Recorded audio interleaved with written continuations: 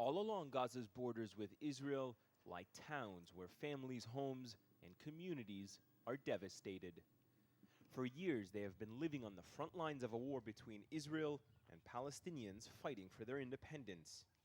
Few neighborhoods have paid a price like the residents of Abasan Saghira, home to around 1,000 Palestinians like Abu Hatem.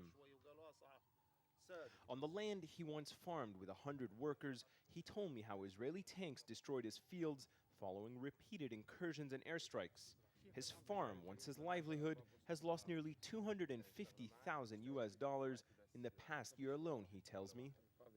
The tracks of Israel's last incursion show the trail of destruction their tanks left behind, a home abandoned by a family that once lived here.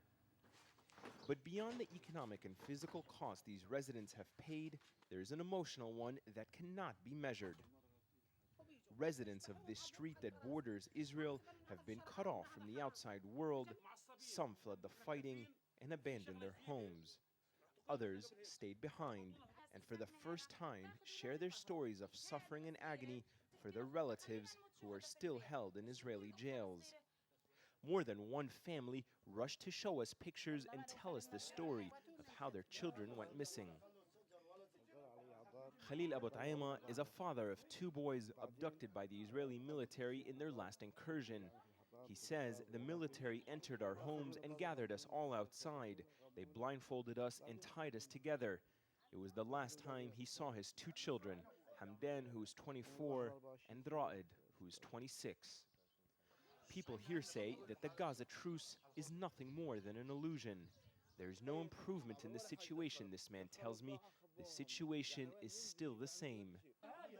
On the day we visited the neighborhood, Israel once again had closed its borders. Goods and material were not allowed into Gaza. And on the same day, homemade rockets were fired into Israel, undermining an already fragile week-long ceasefire and giving no confidence to families on both sides of the border that calm will reign in Gaza for long. Ayman Muhyiddin, Al Jazeera, Abasan Saghira.